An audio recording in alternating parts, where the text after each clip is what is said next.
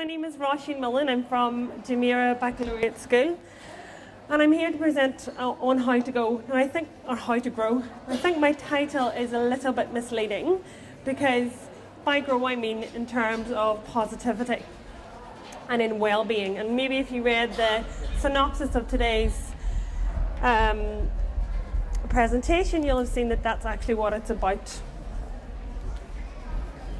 This to me falls in line with the idea by Sheikh Said of wisdom, because it is all about willpower from our staff, from our students. It's about determination, it's about vision, massively about vision, and it is massively about having the patience to see something through, to be resilient, to know that it will achieve something in the long term. It's not a short-term goal. Mainly what I want to look at is the ideas of positive outlook and well-being. And these are two things that we in Jumeirah Baccalaureate School are extremely fond of, to say the least. My head of school is so invested in this idea that last August she invited 4 members of staff, and she put the invitation out as an invite. Do you want to attend a conference on positive education? Now, I love a bit of positive education. I'm all about it. So I was quite keen to get involved in this, and immediately I put my hand up and said yes. But the crux of being able to get this started in your school is to have people volunteer and to be invested in it. It can't be something that you force upon your staff members and expect them to take it on. I don't have a helper, and I forgot my clicker, so I'm gonna press this on. So that's where it has come from. It started with us last August, and the training that we received, the training that I was invited to, was from the Institute of Positive Education from Geelong Grammar in Melbourne in Sydney, Australia. And it is who the KHDA work with in terms of well-being. And they work very much in line together to move forward towards this idea of well-being and positive education. So we went to this course, me and 3 other colleagues, 2 from primary, 2 from secondary, and we did 4 days of this course. So the fact that I'm here speaking to you for 45 minutes shows you how little I'm able to tell you in 45 minutes. But I can honestly say, without a fragment of doubt, that this was the best CPD event I've ever been to, that it was so worth the money that was spent on it. And I've never gone to an event before where I learned things totally new. Everything that was shown to me I'd never heard of before, except for growth mindset. When we came back from that, we had a meeting with our bosses, the SLT, and they said, "What did you think of this?" We were gleaming. We were ridiculously happy, not because we'd been on a positive course, but we were so excited about this.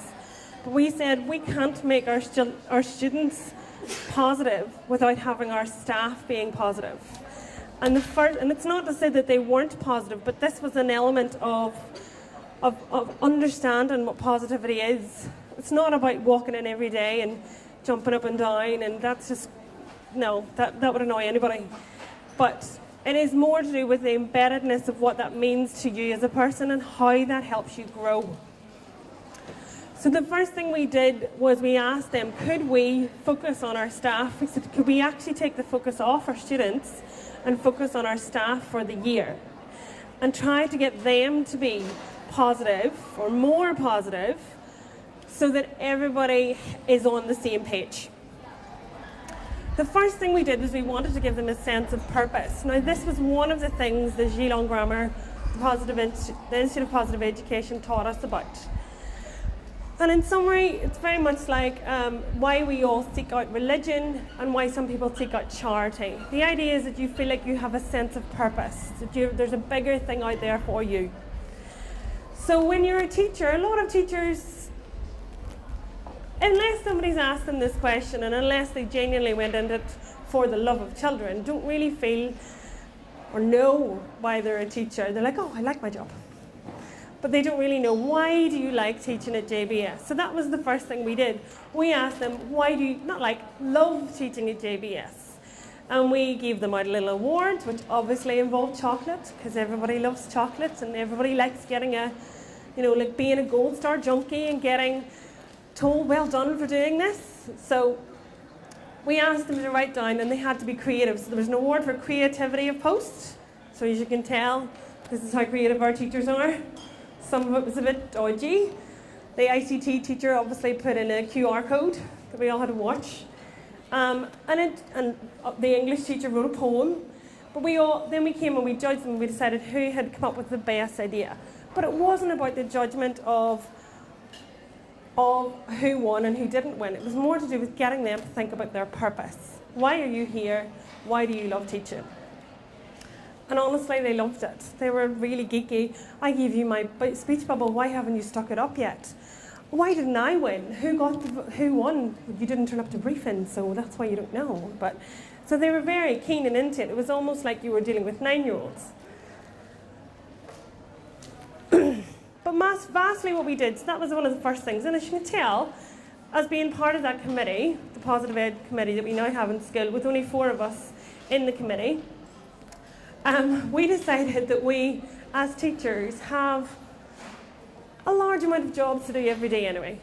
And that we were a bit like, oh, this is massive. We'd really like to help our staff because we feel very invested in this, but we don't have the time. So we decided what we'd do is do things that were low input, high impact throughout the year. And we do something, at least one thing every month to our staff to help them get on the positive aspect realm. This is just a very simple page. It's not mine. I didn't make it. It's from a company called, whose name completely goes out of my head right now. I'll come back to you when I remember it. But it's a company in the UK. It was a notepad I ordered. It cost me £2.99, so like 10 dirhams. And I took one of these pages and I gave it to every single member of the school staff. And they all filled it in. They were like, what's this for? No reason. What do I have to do with it? Nothing at all. What am I going to do with it? You fill it in as you feel pleased. So many people said to me, thank you for letting me know I need to drink 5 glasses of water a day. And the amount of emails that we received with a picture of this filled in, and they wrote positive things just down, thinking about their days, what they needed to do.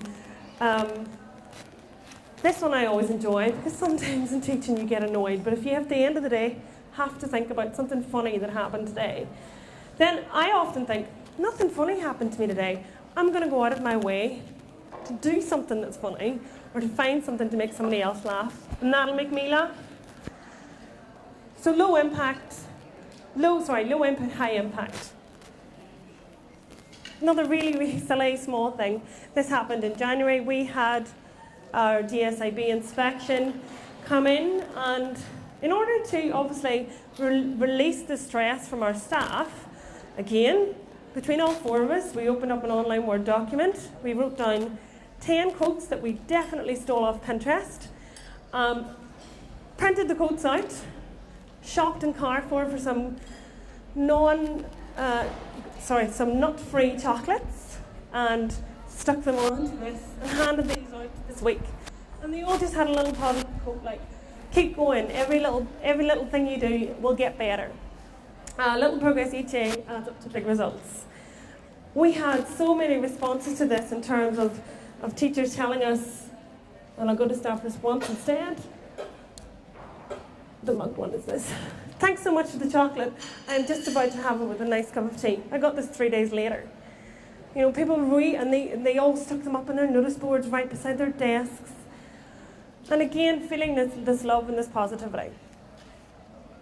The next one we actually did this one in October, and it was a mugging spree. Now we like the idea of making the word mugged into something positive rather than negative. So again, we took a lot of cups that were not being used in school, This time, somebody filled this with Galaxy chocolate. I promise you this is not all about chocolate. It can be anything. You could have filled it with coloured pens or something that is useful for your staff member. And then you pass this on to another staff member without your name, without anything, and you say to them why you're giving it to them. This note says, "Thank you for supporting our students within the curriculum and for your extracurricular activities. Our head of school received one. She's really into the IB attributes. So she received one that was a poem about the IB learner profile attributes."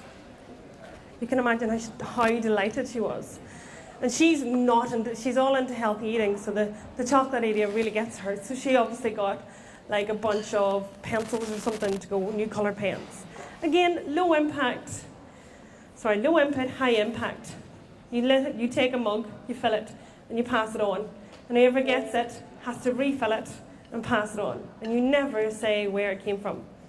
You just let that person know that they're valued. These have been some of the responses. Again, I've been mugged, thanks for the lovely surprise. I often get emails of this line. My colleague next door to me said, "I never thought anyone would care enough to mug me." I was like, funny enough statement. If you put that somewhere, somebody might think that was the wrong way around. Oh. Something in December that we did, and obviously this is Christian based, but it doesn't have to be. The idea was to write a gratitude letter. Again, this came out of what we learned with Geelong Grammar and the Positive Education Institute. And the idea is to show gratitude to someone else.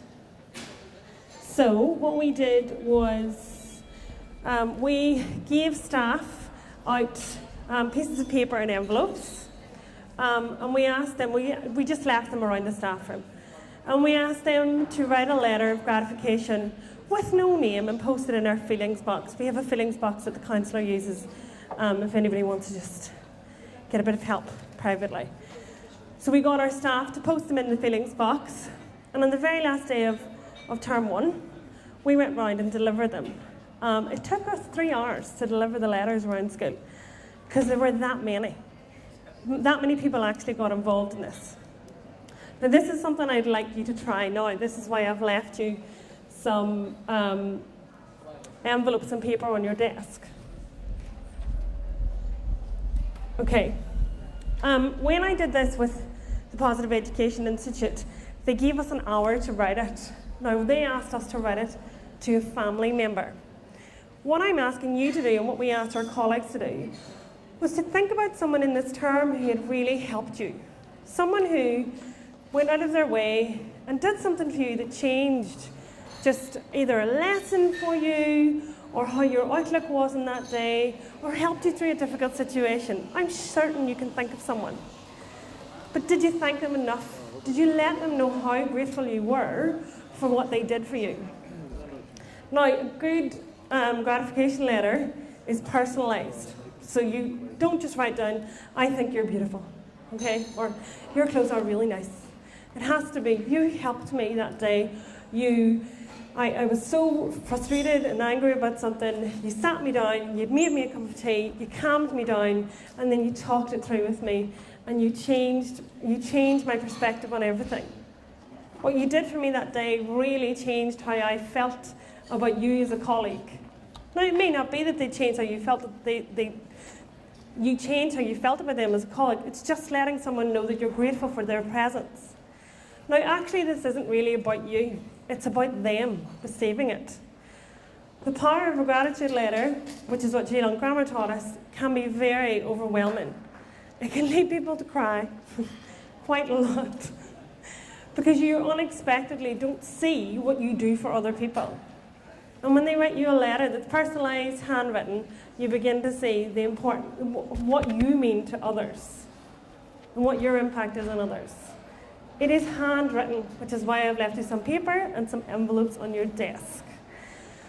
So a good letter will show love and care, and time has gone into writing it. So I'll give you 5-10 minutes now, and I want you to pick a colleague. Maybe it was in term 1, maybe it's this term, maybe it was yesterday. And write to them and tell them why you were grateful for what they did for you, that meant to you. And when they get this letter, and you should give it to them. I wrote my sister one in August. I gave it to her at Christmas time. I left it on her kitchen and I walked away because I didn't want to see her cry. But it meant, she texted me and she was like, I cried for like an hour, thank you so much. And all I did was tell her what she'd made me feel like, how she'd helped me. I got lovely messages at Christmas time, in the winter break, saying like, you really deserve a break. You've done so much work for us. You always inspire me. Every week there's something else you're coming up with. Your head must hurt. Please take a break. And it's just really nice to see that other people value you. So write a letter to someone, take 10 minutes. If you don't finish it in the 10 minutes, that's fine. Finish it tonight. But give it to them tomorrow. Make a point of doing it. I'll give you 5 minutes.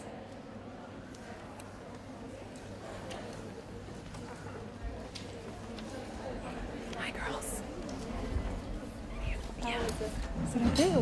I'm giving them 5 minutes to write a letter. Okay.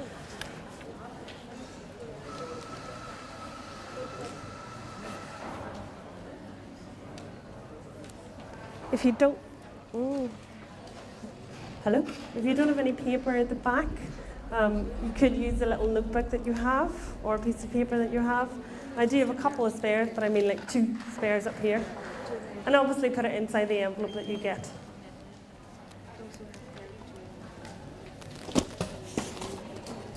Great stuff.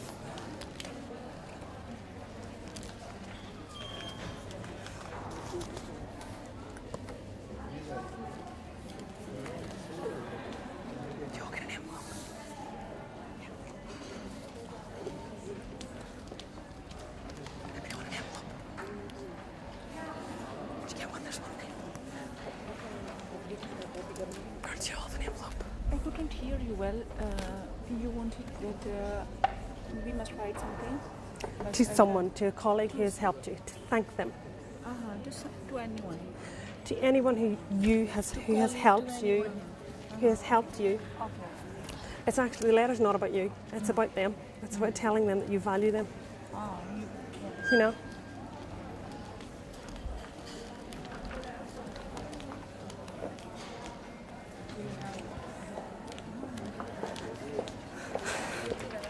Does anybody want a piece of paper? Oh, I better not give that one away.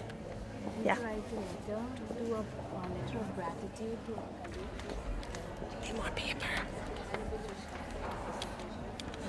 I'm on out of paper. I don't think I can give this one away. Would you like this paper or will I give it out to someone else? Trust me, there were a lot of men on this course as well. And our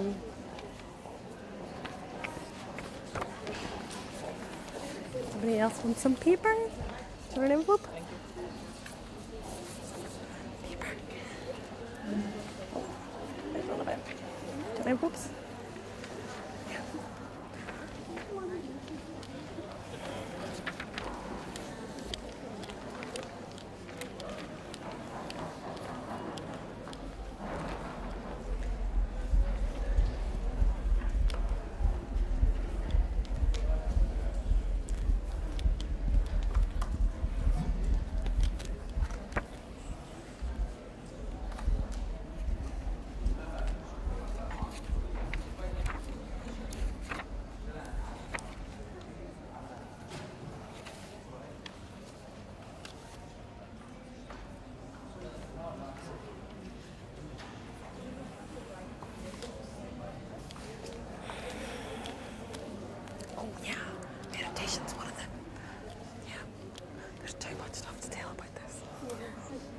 It's a 4-day course. Do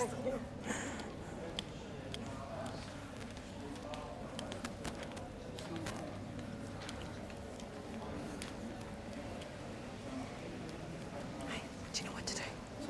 So you pick a colleague who has been of value to you and you write a letter to them to tell them why you felt that they really helped you. And the purpose isn't for you, it's more for them, for them to feel valued. And to receive that can be very overwhelming. So.